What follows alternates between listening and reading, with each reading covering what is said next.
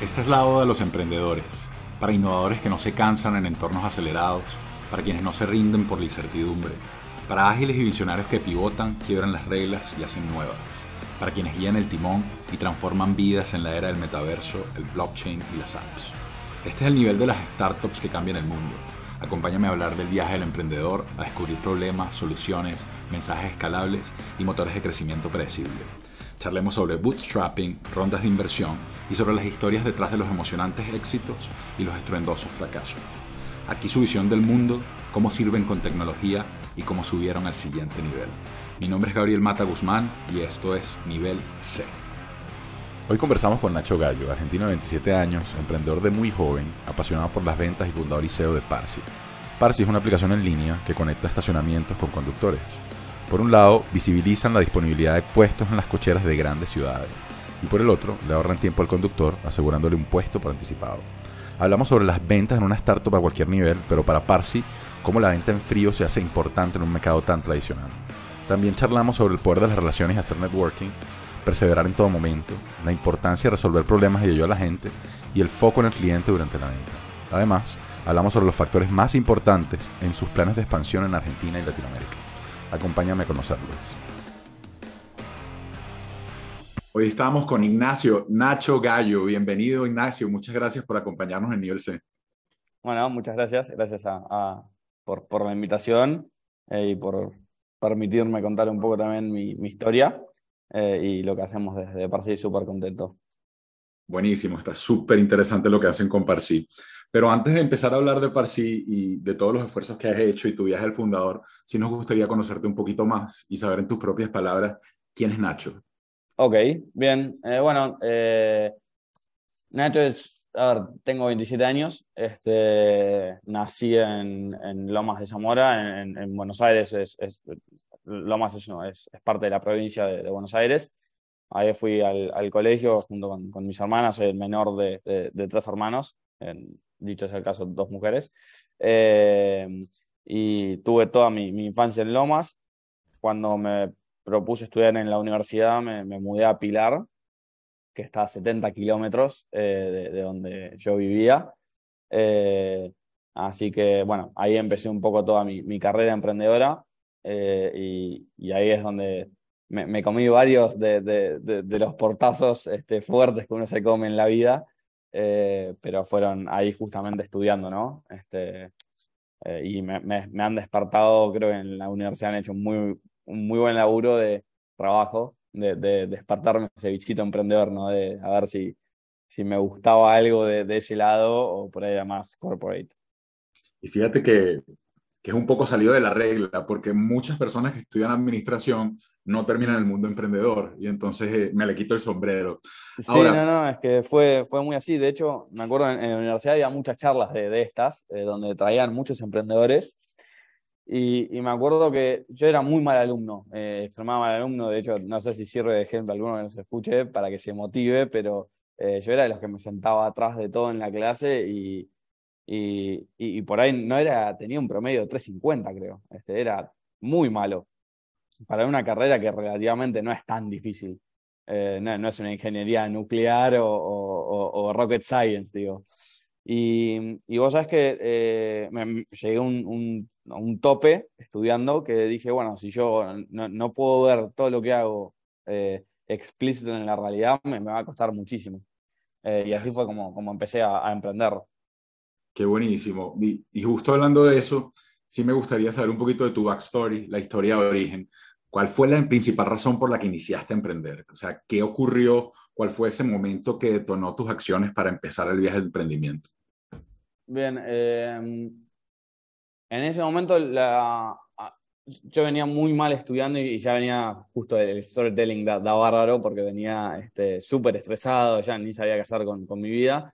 Y un poco me cruzo a una persona que se llama Fernanda Claramunt, que fue una mentora mía durante muchos años, donde me dijo, mira, Nacho, hay un programa de entrepreneurship en el IAE, que es la Escuela de Negocios de la Universidad Austral. Y todas las personas que van ahí son todos emprendedores, me parece que te puedes venir súper bien, a lo cual mi respuesta fue, Fer, gracias por tu intento de ayuda, pero ahí va la gente que normalmente le va muy bien en la vida y creo que ya llegó a lo que quiere hacer, y yo creo que estoy lejos de eso. Y me propuso ir en representación de una fundación que se llama Fundación Taller Los Naranjos, donde sigue existiendo la fundación y el modelo, donde ayudamos a jóvenes en situación de vulnerabilidad, perdón, y los reincorporábamos a la sociedad por medio del oficio en la alfarería, que es hacer piezas en cerámica. Y yo entré, me acuerdo cuando entré, el dueño me dijo, gracias por sumarte, nos queda una semana de caja. Y fue como chocante que te digan eso. Yo me imaginaba tener mi escritorio, mi computadora. No solo no tenía ni escritorio ni computadora, sino que mi primera experiencia en una fundación, no había conocido una fundación, pero en esa fundación la gente se iba, no volvía. Era como que no queríamos que nos den de comer. Cero Entonces, bueno, retención. claro, ahí empezó la carrera como intrapreneur porque realmente tuve que salir a vender y aprender lo que era la venta en frío. Es decir, tocar puertas en la calle, llamar a gente que no conocía, contarle lo que teníamos, que eso me sirvió muchísimo para el pitch rápido.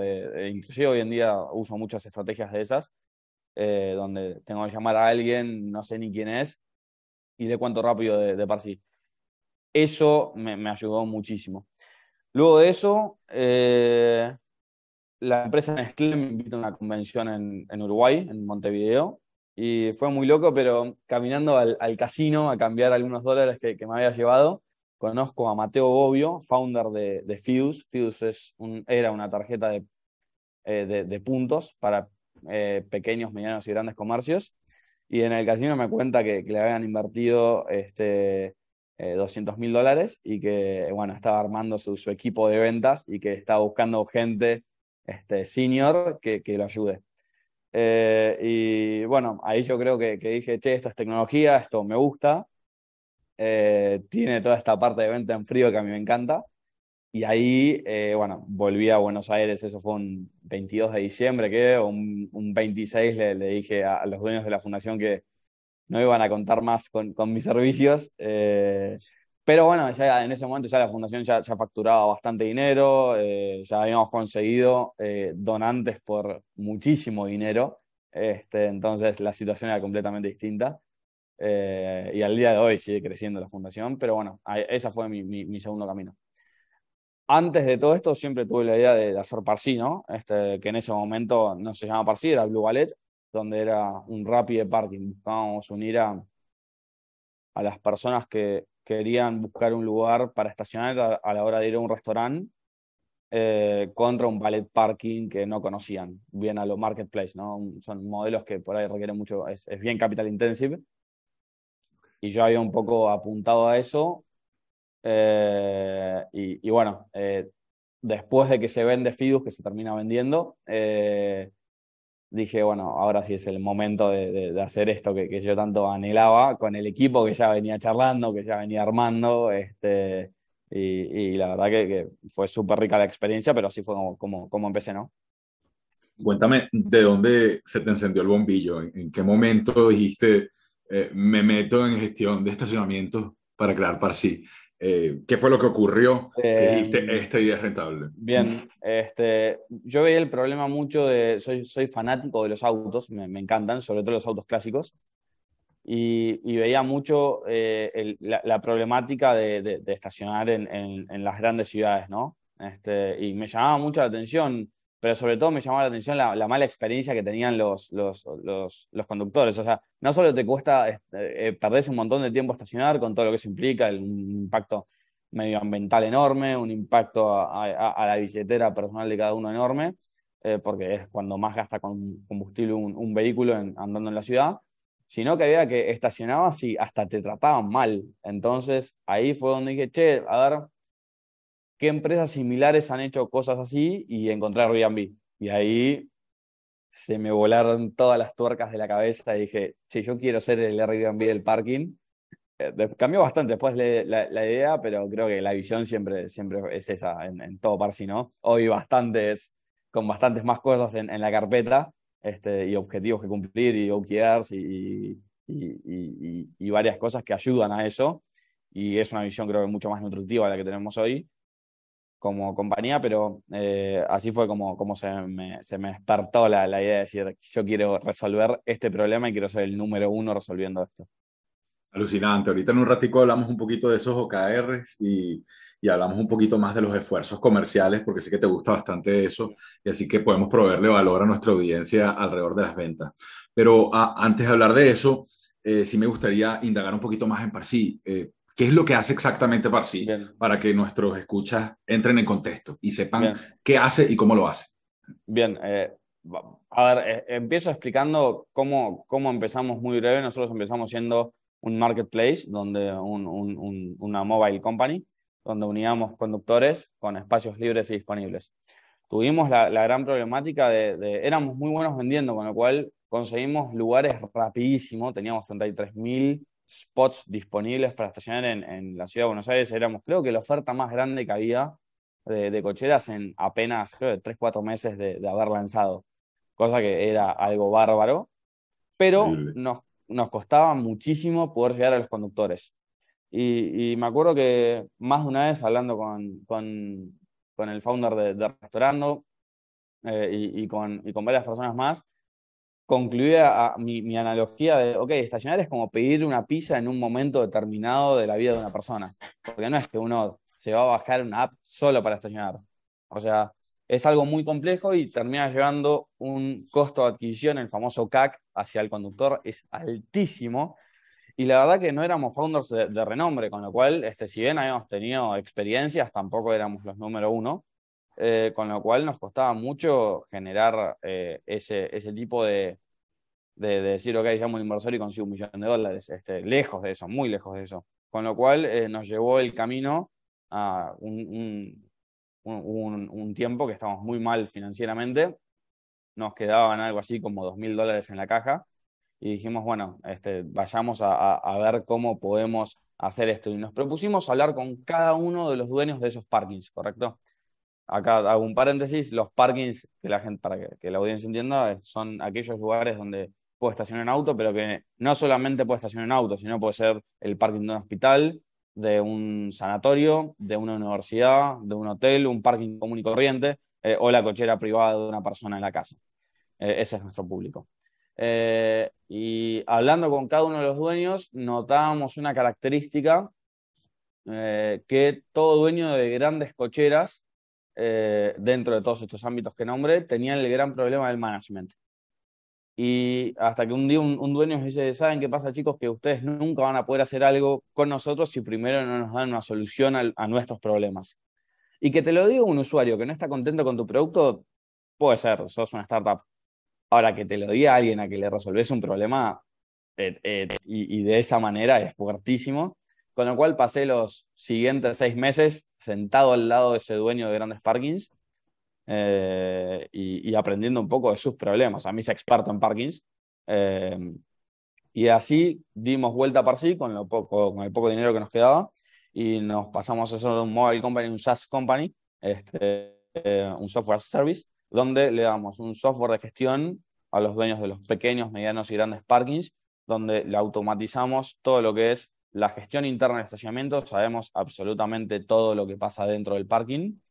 Le disminuimos el fraude. Lamentablemente en Latinoamérica hay mucho cash dando vueltas, y eso los operarios de los parkings se solían llevar su vuelto, con lo cual eso para sí lo elimina. Y por último le agregamos algo que era el real time tracking, que cualquier persona, cualquier dueño de parking puede ver lo que pasa en su parking en tiempo real. Y eso fue lo que nos impulsó a decir, esto es replicable, es un modelo fácil de implementar, en 40 minutos tenemos una cochera instalada, con todo par sí, y nos dimos cuenta que procesábamos un montón de información, precisamente data vehicular. Entonces dije, che, esto es buenísimo porque si yo tengo todos estos datos, que antes a mí me costaban un montón conseguir, ahora los consigo rapidísimo, me doy vuelta y genero mi propio marketplace, pero contra los datos que yo hice, entonces que yo mismo generé. Con lo cual, claro, fue súper motivante. Es un modelo muy similar al que en su momento hizo OpenTable en Estados Unidos, de justamente dar primero un SaaS y luego llegar a su consumidor final. Es una especie de B2B2C. y así fue como hoy funciona, así es como hoy funciona por sí, ¿no? Buenísimo. Y bueno, tengo entendido que el crecimiento ha sido súper rápido y súper voluminoso. Ahorita hablamos de eso, pero sí me gustaría saber en los primeros meses cuál fue el principal obstáculo que te conseguiste, que tú dijiste, pucha, qué difícil esto. Que La presión, sinceramente, la presión interna. Una vez que fuimos muy buenos detectando el problema, pero como todo emprendedor que empieza, cuando uno empieza detectando una cosa y se hace muy bueno en una, lógico, no es multifocus, entonces perdí el foco en todo el resto, que era salud interna. Nadie del equipo salía a correr, todos se enfocaba full time. Y como era muy comercial, todo el tiempo intentaba vender cosas que no teníamos. Entonces era el famoso, ¿vos tenés esto y podés hacer esto? Sí, ¿por qué no? Y ni teníamos el producto hecho. buenísimo. Entonces, claro, empezamos en un nivel de presión y me acuerdo empezamos a trabajar con Checkers, que luego fue Kavak. Entonces, claro, uno de los early employees con los que yo siempre hablaba, y de hecho es un poco coach, nos ayuda bastante. Ahora hace rato no hablo, pero Gera Cedo, un genio, un poco nos decía, eh, está buenísimo lo que hacen, pero les falta ritmo. Y no era que nos faltaba ritmo, era que no teníamos ritmo directamente, o sea, era algo que estaba empezando. Entonces, en el afán de vender, el principal aprendizaje que me llevé ahí, ahora sí te lo traduzco a algo concreto, fue está bueno que en un primer momento la parte de ventas de una startup lleve a la parte técnica, correcto, de la mano, pero llega un punto que vos tenés que lograr hacer ese clic, ¿no? Y que todo esté equilibrado, la parte de ventas contra lo técnico, no sobrepasarte vendiendo, ni sobrepasarte teniendo un flor de producto que no se lo puedes vender a nadie, porque es Sí. muy complejo. Sí, después ver la Entonces, cantidad de características que está pidiendo el claro, usuario, o sea, exactamente. no se Entonces pisa. yo como que iba muchísimo más rápido que todo mi equipo técnico y como todo producto, como toda cosa que uno intenta solucionar que hace 30 años no se toca, es compleja, por más poca tecnología que tenga. Entender cómo piensan ellos, si era esto de sentarte al lado de un dueño de cochera 6 meses, era muy complicado y yo volaba comercialmente. Hablé con esta, hablé con esta, hablé con este y generábamos dinero que no era el core de nuestro negocio, era muy gracioso, pero me acuerdo mi CTO decía, es dinero que no me gusta. Y mi respuesta a una charla, pero ya casi a los insultos, es lo único que tenemos para vivir. O sea, no es que hay mucha chance de poder generar otra cosa. Eso está muy bueno, hay que saber controlarlo mucho porque si no te pasa como a mí que la presión me devastaba. Hay días que no quería salir de la cama, que me quería quedar acostado durmiendo y que no explote ningún quilombo, pero que cada deal comercial que cerraba era algo impresionante e imposible de gestionar. Más de una vez clientes que nos llamaban, che, pero me dijiste que venías hace un mes y no viniste nunca. Y claro, pues te vendí algo que ni tenía. Eso fue lo más difícil que me tocó vivir. Qué durísimo. Y además, ¿han existido otro tipo de obstáculos que te hayan hecho pensar en renunciar? La respuesta que te va a dar todo emprendedor es un roller coaster todos los días esto. Total. No Buenísimo. hubo algo así sí hubo problemas como toda startup, que dije, ay Dios, de esta sí no salimos. Este, pero creo que ahí es muy bueno tener a founders, ¿no? A co-founders, donde podés levantar el teléfono, llamarlo, contarle tu problema y por ahí uno a veces tiende a maximizar el problema que uno tiene cuando en realidad la solución es por otro lado. Entonces sí, tuvimos esas situaciones, de algún día decir, se va todo esto a cualquier lado, y hacemos otra cosa, seremos buenos igual porque nos encanta trabajar y resolver problemas, pero creo que la sensación nunca duró más de 10 minutos. Fue como, bueno, sí, bueno, perfecto, ya lo curaremos con otra cosa, o veremos la salida. Pero siempre muy optimistas, nunca al pesimismo de extremo. Sí, hemos tenido momentos de poco runway, de muy poco de verdad, y tenés gente que tenés que mantener y un montón de cosas, y por ahí el nivel de facturación no llega a cubrir los costos, y ahí decís, ahí sí te dan ganas de decir en la que estoy metido. Pero bueno, con ese mismo optimismo se sale. Entonces, esos fueron los momentos más duros que me tocaron vivir. Sí, a mí me Sí, y gusta después esa. sí, roturas de producto, que el cliente te llama, que no le gustó para nada la solución, pero porque somos muy vendedores, entonces pasa mucho eso a veces. Ya no, por suerte ya no pasa más, pero al principio con el afán de vender y de contarle lo que uno había hecho y el problema que resolvía, estar tan enamorado del problema, te llevaba a venderle la NASA directamente y por ahí tu producto no era tan así, todavía. Claro, total. Y eso, sabes que lo pregunto es porque hay muchos fundadores en etapas tempranas que creen que esto todo es flores y rosas y arcoíris, y siendo que de No, verdad, cero. como tú dices, es un roller coaster, es una montaña rusa total, ¿verdad? Eh, y tengo entendido también que, bueno, que con todo este ejercicio que hicieron, consiguiendo feedback del problema y hablando con personas, adelantaron el proceso y ya pudieron conseguir market fit. Ahora, dicho esto, ¿qué fue exactamente lo que hicieron para hallar este market fit y para estar por fin breaking even? ¿Qué es lo que hacen exactamente para dejar que el producto solucione realmente un problema, una masa crítica?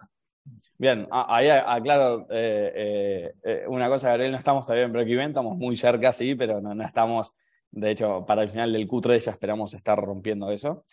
La clave de eso fue bajar a tierra todo lo que teníamos, eh, un poco enfocarnos mucho en el producto que teníamos, en hacerlo más sólido, que eso se sigue trabajando en eso actualmente y todo el tiempo se sigue trabajando en tener un producto más sólido.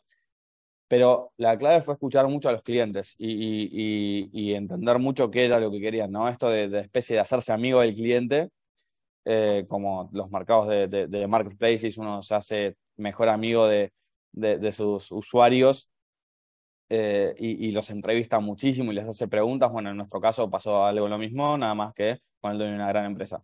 Entonces nos juntábamos mucho con ellos, veíamos mucho feedback y mucho de ese feedback no te gusta. O sea, decís, che, pero dejá de hacerme trabajar un día a la semana, es lo único que te pido. Y quédate callado y decime que te gusta lo que hago. Pero justamente eso creo que es lo que nos ayudó mucho a poder entender rápido qué era lo que quería un cliente, ¿no? Hoy ya el feedback lo recibimos como algo súper bueno y siempre es algo bueno, sea muy malo, sea muy bueno. Pero sabemos, logramos tener, y algo principal fue la escucha activa, y cada vez que nos sentamos a hablar con alguien, enseguida nos quedamos tipo mirándolo a los ojos, tú sabes, como si fuera una mirada medio estrambólica que decís, me mata este pibe, pero no, estamos muy atentos escuchando y poniendo esa especie de recording adentro de nuestro cerebro. Y eso nos llevó a un rápido crecimiento. Tenemos que decir, ok, este es el problema, enfocémonos acá y no salgamos de esta línea por nada del mundo. Es el momento que nosotros hoy tenemos y luego sí, luego vayámonos modificando, armemos el rompecabezas que nosotros queremos, pero encontramos el problema, tenemos la solución que necesitan ellos, no necesitan mucho más, y después todo lo demás que esa visión. Y eso nos ayudó horrores. Al día de hoy que ya tuvimos que cambiar ese plan 200 veces, porque justamente metíamos una cochera nueva y era buenísimo, una euforia absoluta.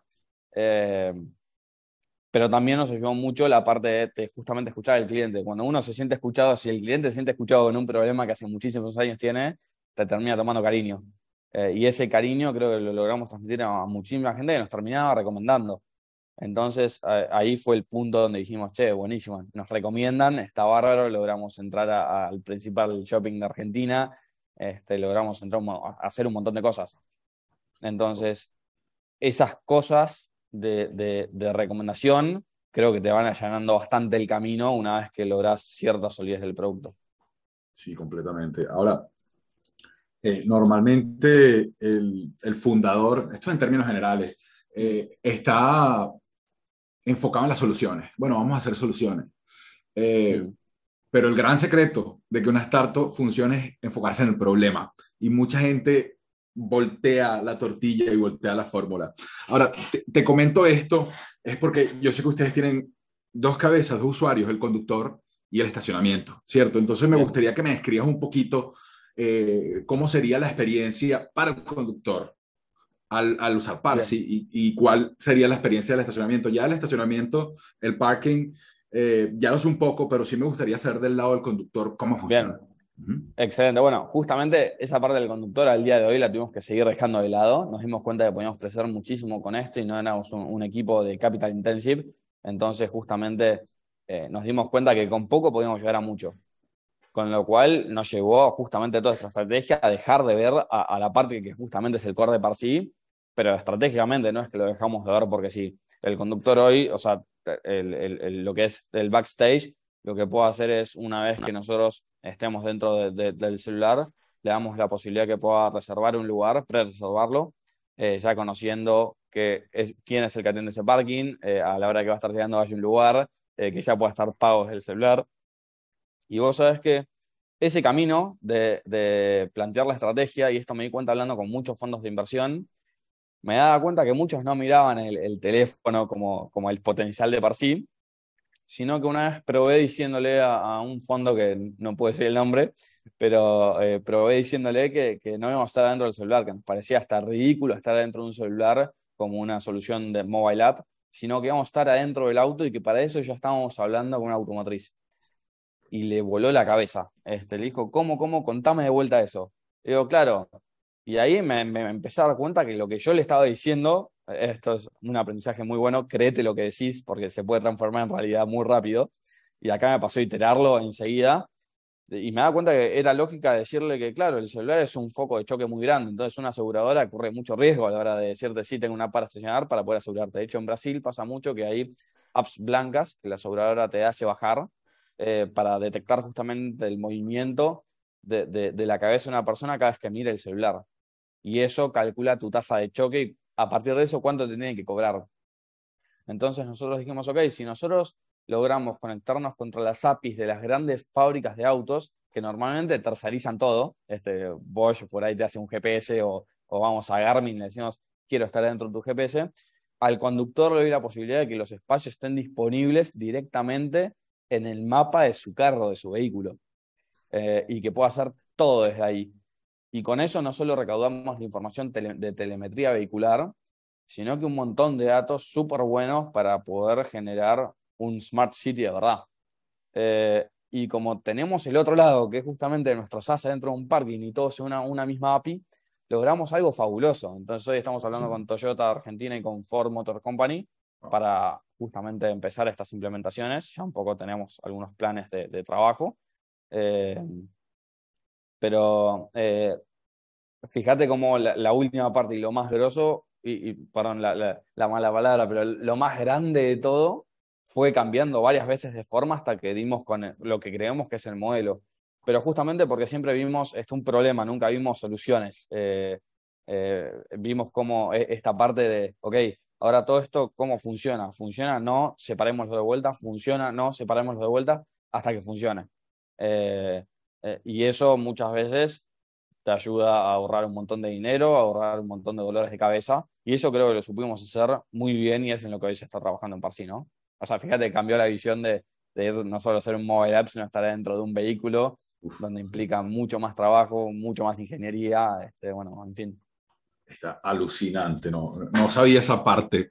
Está Sí, sí, sí. buenísimo lo que están haciendo. Ahora te pregunto, todas estas oportunidades y todos estos conocimientos, estos aprendizajes, estas epifanías que te han permitido enfocarte en el problema, facturar rápido, crecer de una manera exponencial, ¿a qué se lo debes? ¿Cuál es la principal razón por la que han acelerado todo esto? O sea, sé que son agresivos con ventas, pero ¿consideras que hay un aspecto importante de mentorías alrededor o de rodearse en los círculos adecuados que les ha permitido llegar a ese punto? Perseverancia es la respuesta, la primera que se me viene a la cabeza. Nunca aflojar, por más que tengas un tsunami enfrente.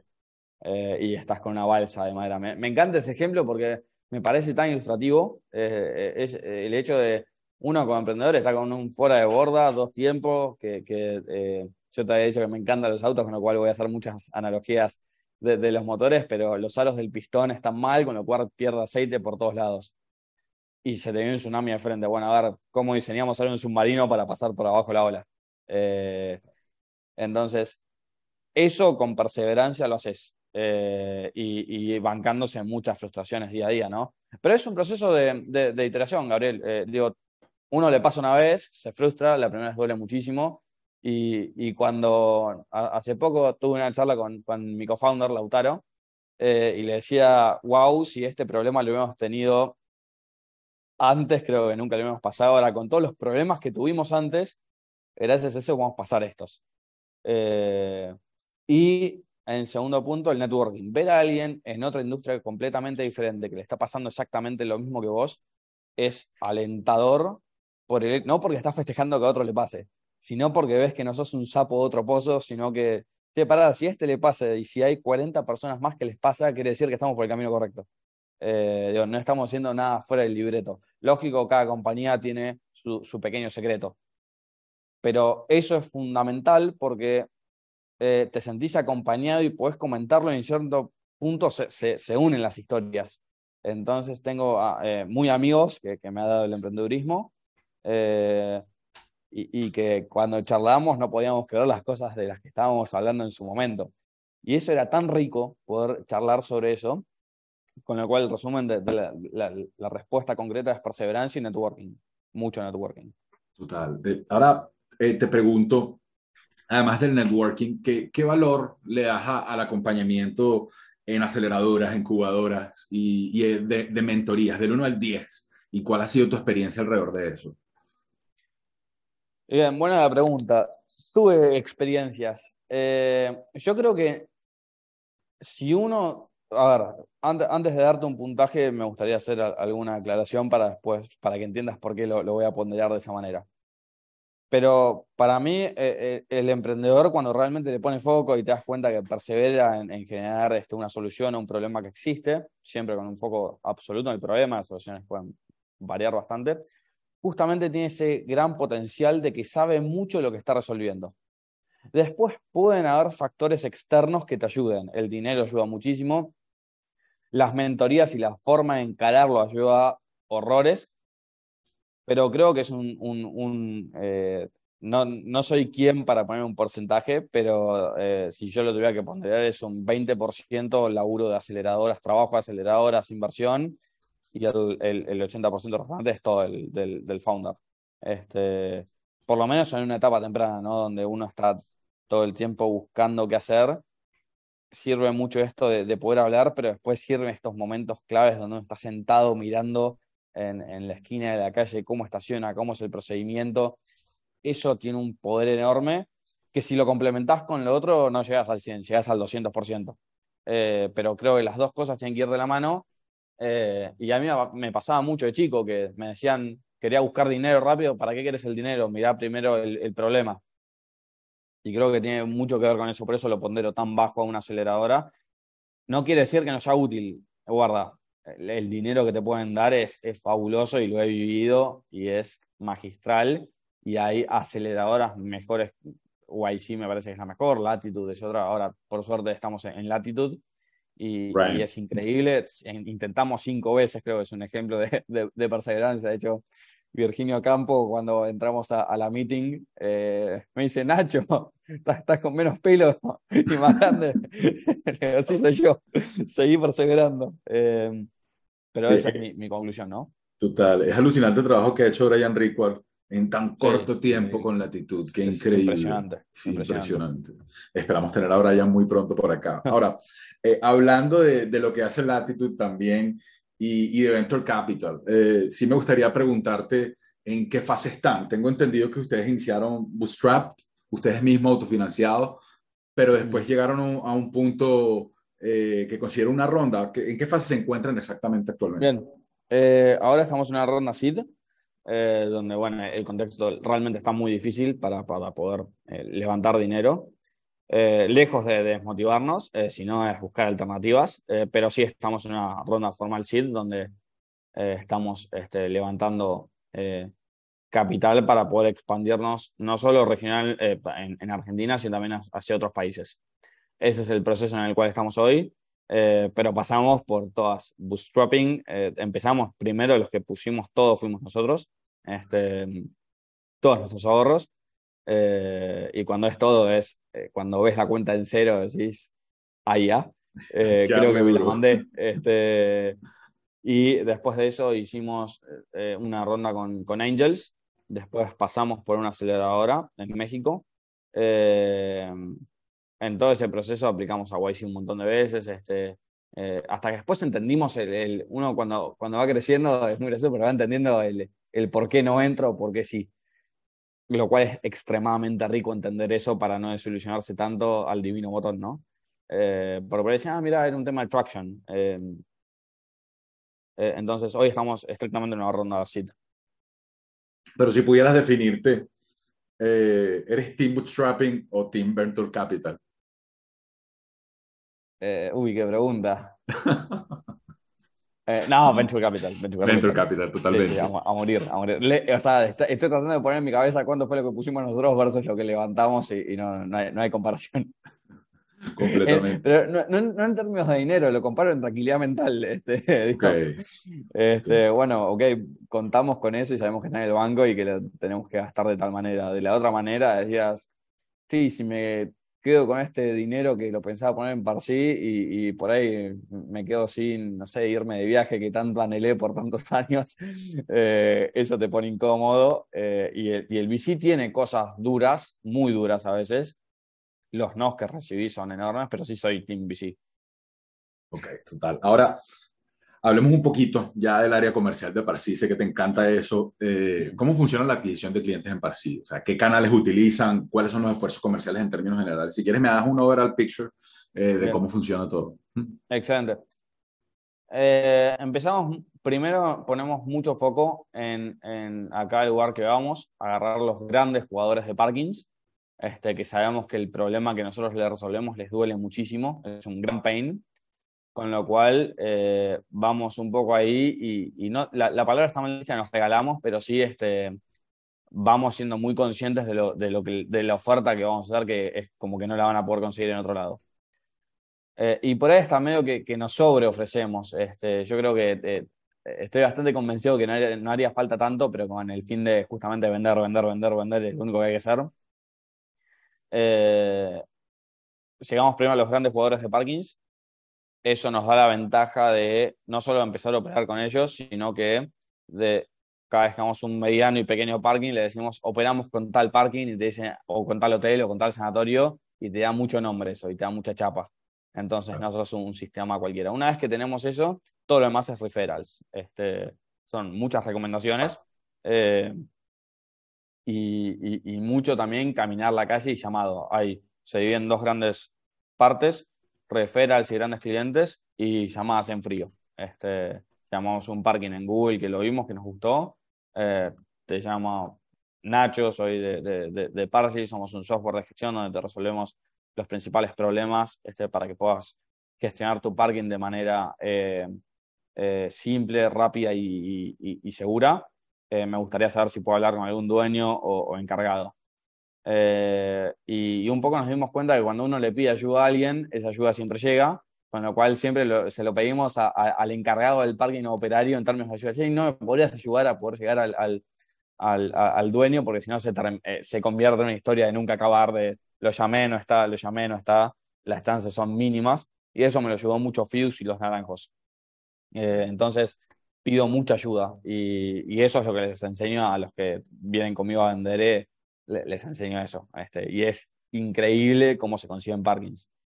Total. Entonces, es una mezcla de actividades muy orgánicas, clásicas, vieja escuela. Sí, sí, sí, no hacemos nada.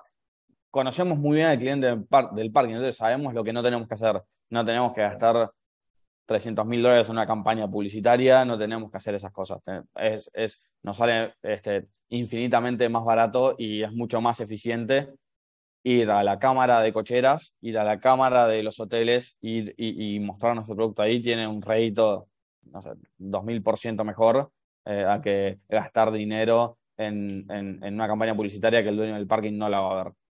Pero entonces son campañas de abordaje en frío, En frío, sí, la gran mayoría. La gran mayoría, por sí. correo electrónico, ¿no? No, llamada telefónica. Llamada directo, Sí, wow. directo, directo, directo. Bien clásico. Pero porque, de vuelta, si vos me decís que yo estoy en un mercado architecnológico, saco el teléfono. Ahora, si vos me decís que, por eso digo que es muy bueno entender el problema y quién es tu cliente. Mi cliente está al teléfono, yo no puedo hacer otra cosa. Es increíble hablar siglo XXI, mi cliente está al teléfono, pero eso existe.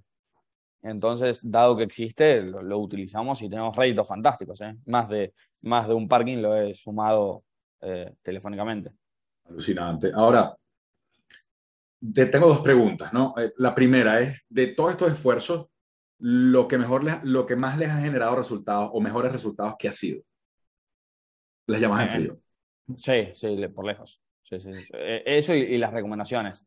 Y ir Perfecto. recomendado por alguien en todo aspecto de la vida es bueno. No conozco aspecto de la vida en el que alguien te recomiende, salvo que ya conozcas a la persona y hayas tenido una mala experiencia, no conozco aspecto de la vida que eso sea malo. Dicho, mirad, algo muy simple. Yo estoy de novio y a mi novia la conocí por Tinder, ¿no? Lo cual mi familia se me ríe mucho. Pero no me daba bolilla. Y cuando me di cuenta que mi socio anterior era muy amigo de ella, o eran conocidos, le dije, che, ayúdame porque acá no voy a servir, y cambió la relación automáticamente. Sí, salgamos a tomar algo. Bueno, acá es lo mismo, perdón, traje un aspecto de la vida muy Total. personal, pero creo que es tremendamente válido porque con esa misma seriedad es con la que nos tomamos la venta. Eh, es decir, buscamos mucho el referral que nos recomiende, que diga, che, yo lo usé y realmente es muy bueno el producto, así hemos entrado a un shopping, por ejemplo. Entonces, es Súper, fabuloso. súper poderoso, total. De hecho, bueno, si uno puede tener la habilidad de hacer que un cliente se convierta en 10, pues imagínate, ¿me entiendes? Los Eh, costos todo. se ven reducidos prácticamente a cero, ¿me entiendes? Exactamente, exactamente. Y a ese cliente se lo puedo dar gratis el producto porque sé que los otros 10 me repagan infinitas veces más lo que no le cobra a ese. Claro, alucinante. Y ahora, la otra pregunta que tenía alrededor de eso es como es una industria tan clásica, tan vieja escuela, como son los parkings, ¿has encontrado resistencia en Sí, los parkings al hacer totalmente. negocio? Sí, Cuéntame un poquito más de 100%. eso, 100%. cuáles son las creencias falsas que tienen, Bueno, cuáles son de las hecho, limitantes. Sí. nosotros cuando empezamos con este Airbnb de cocheras, que era únicamente una app, nos dábamos cuenta que la cochera tenía muy poca infraestructura tecnológica. Entonces, cada vez que le llevábamos un auto, el pensamiento clásico de ¿para qué quiero que vos me traigas un auto si a mí se me llena la cochera de autos?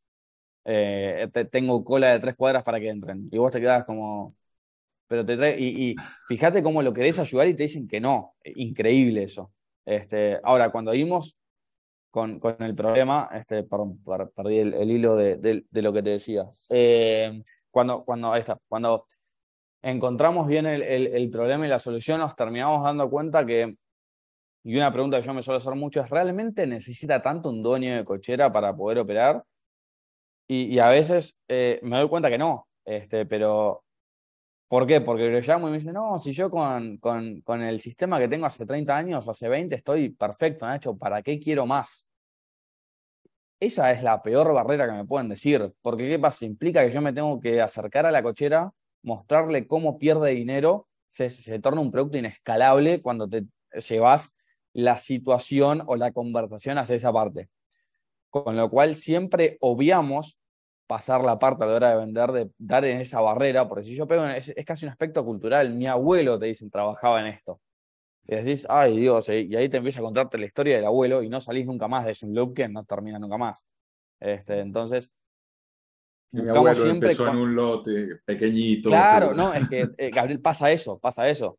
Empezó, sí, y te cuentan la historia, que es tremendamente emocionante, porque Sí, vino de total. Italia, llegó sin nada, decís, qué emprendedor, old school de verdad, pero no podés, ahí peleás contra el aspecto emocional de la persona, y ahí creo que en la venta es muy difícil luchar contra la emoción, salvo que se lo des vuelta rápido. Y en eso cabe destacar que la venta es muy importante ahí porque nunca vamos por ese lado, sino que siempre marcamos mucho en lo que pierde dinero, en que te falta esto, que te falta el otro, que te falta el otro, y ahí es donde automáticamente damos vuelta a la baraja. Sí, Y total. terminamos generando, by the way, nuestro propio barrera de entrada, ¿no? Hacia otros competidores que hoy no hay, por suerte. O sea, competimos contra empresas hace 30 años, entonces, eh, eso es como, es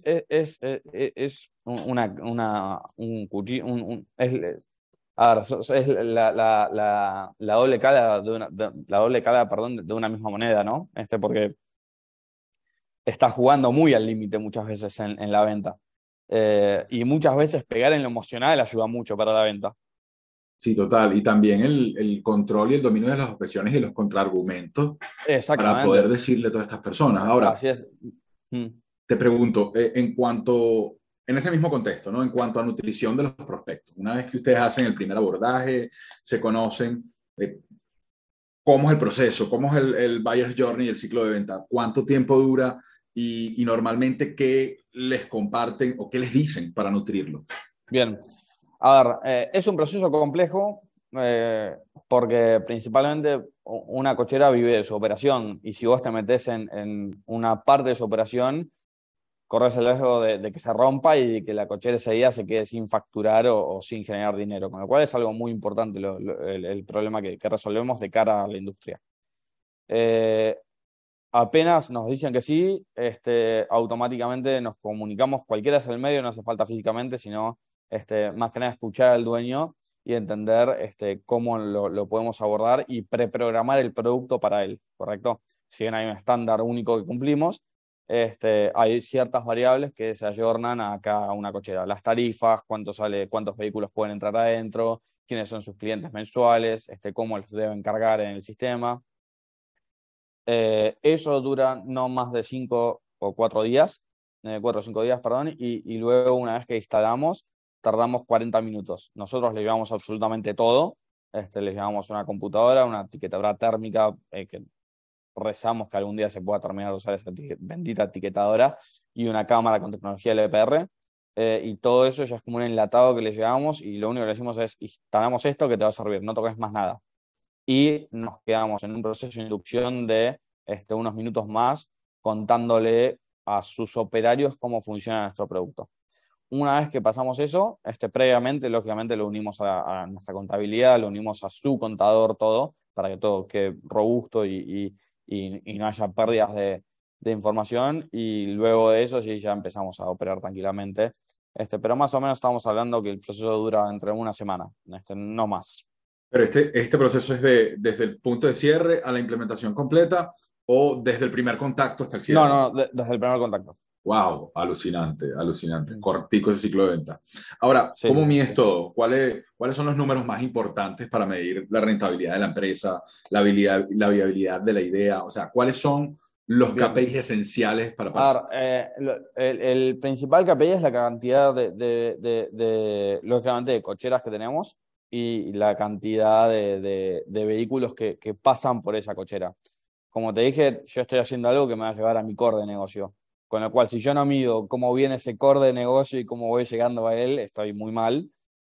Con lo cual, lo primero que medimos es cuántas cocheras tenemos. Eso nos da un gran panorama genérico de la salud financiera de la compañía, porque ellos nos pagan un fee mensual a nosotros, los dueños de los parkings.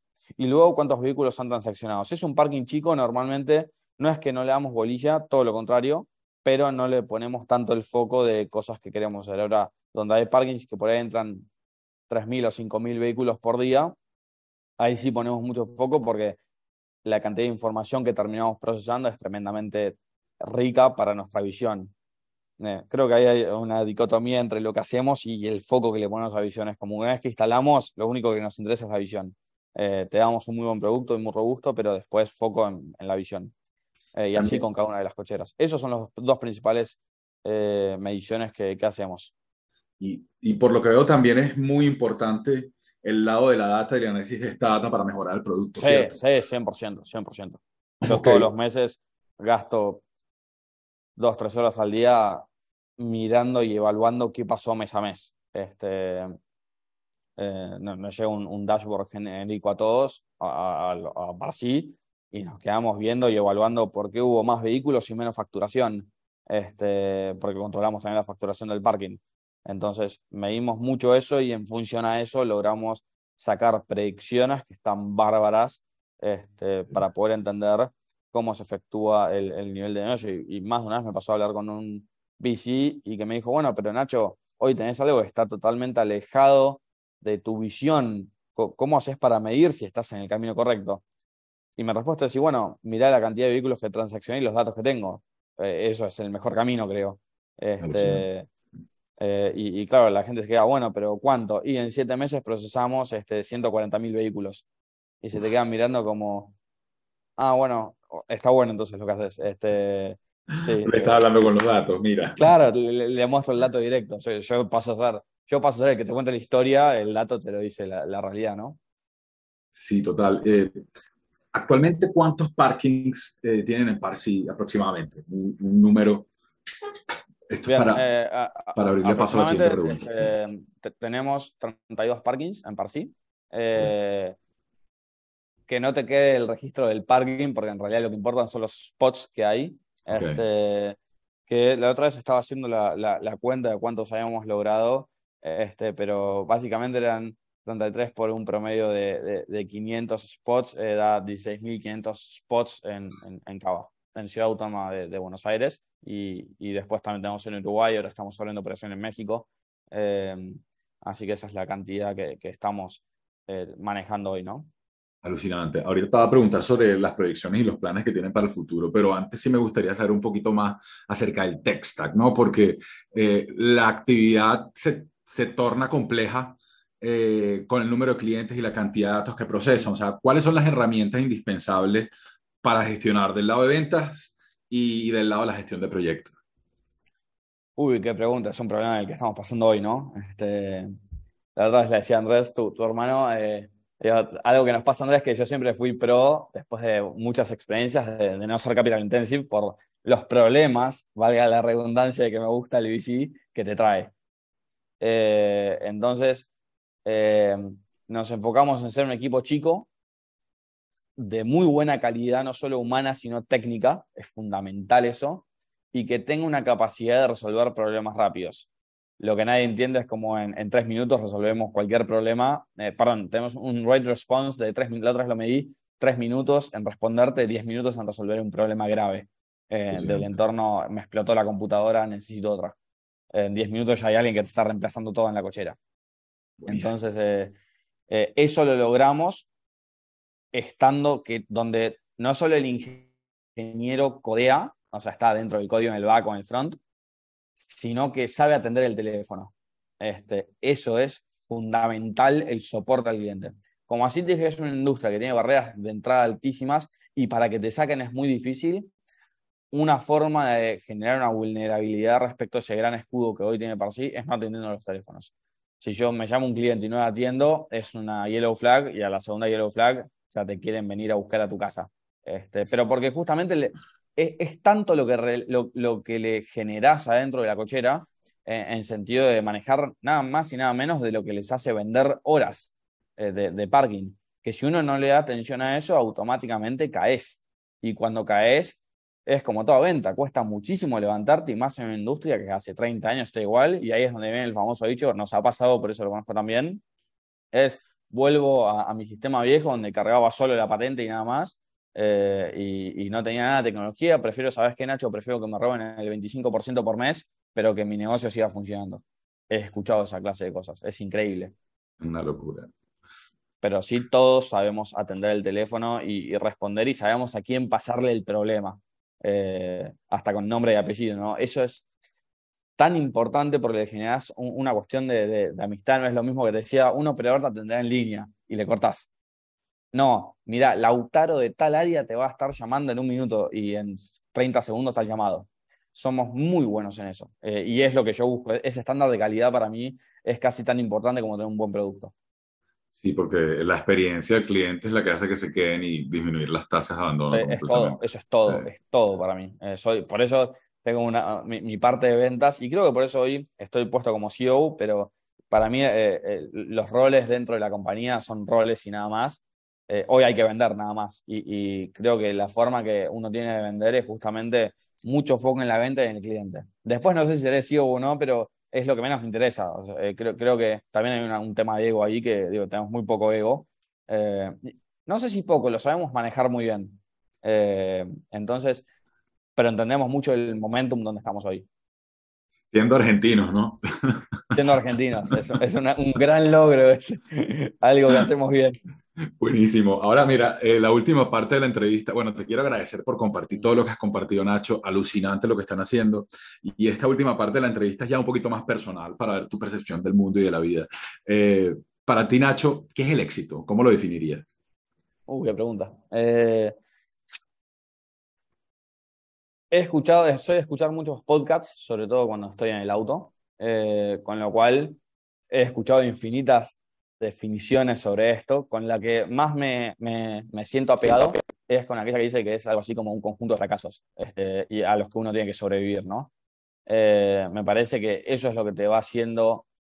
No sé si uno puede ser todavía, eso no lo he logrado discutir con nadie, si uno es más o menos exitoso. Creo que se va haciendo paso a paso y que va como desbloqueando puertas, ¿no? Era lo que te decía de los problemas que tuvimos de todo tipo, pero eh, creo que si uno el éxito lo mediría como una parte monetaria o el next step para mí es, ok, ser break-even, eso para mí es el siguiente éxito. Eh, pero son conjuntos de fracasos sin dudas. Alucinante. Ahora, Nacho, ¿qué es lo que te motiva? ¿Qué es lo que te enciende en las mañanas, tus acciones? ¿Lo que te inspira para actuar y para ir con el cuchillo entre los dientes a buscar la venta? Bueno, vos sabés que tengo una coach que me ayuda mucho mentalmente, porque soy muy ansioso en extremo y para esta actividad el entrepreneur tiene que ser bastante frío a veces. Pero vos sabés que algo que he hablado mucho es el fin que uno tiene en la mente, ¿no? Que puede explotar una bomba y vos estás frío. Eso yo lo trabajo mucho con una coach para estar tranquilo, pero lo que me motiva todos los días es el vendedor. Para mí el buen vendedor tiene algo, yo no me considero buen vendedor, pero sí me considero una persona que siempre que voy busco transmitir cosas lindas a la cochera o a los dueños. Y para mí la venta es 100% emocional. Creo que cuando alguien, justamente esto, fíjate lo que te decía, paralelamente, ¿no? No te metas en lo emocional porque puedes perder, pero si lo sabes hacer muy bien, en eso sí me considero bueno, o estándar, creo que es muy importante porque lográs ir algo más allá y no terminás viendo un objetivo en sí, sino que terminás diciendo una más. Y ese una más se transforma en cuatro, y ese una más se transforma en 10, y ese una más se transforma en 20, y ese una más se transforma en 100.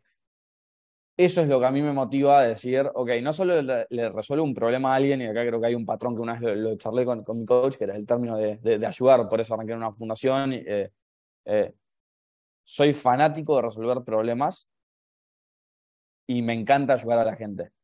Y cuando yo sé que eso lo puedo generar y mi producto sobre todo lo hace, me infla muchísimo más, pero sobre todo me cambia la vida cuando miro el atrás y todo lo que me queda para caminar adelante, ahí digo, wow, y eso me llena, te lo digo ahora y me dan ganas de irme corriendo a vender, por más que no es mi tarea, ya, pero me dan ganas de eso. Entonces, así es como yo te lo resumiría, ¿no? Eso es lo que a mí me motiva, saber que puedo cambiar algo, un granito de arena muy, muy, muy chiquitito, a un mercado que está totalmente obsoleto.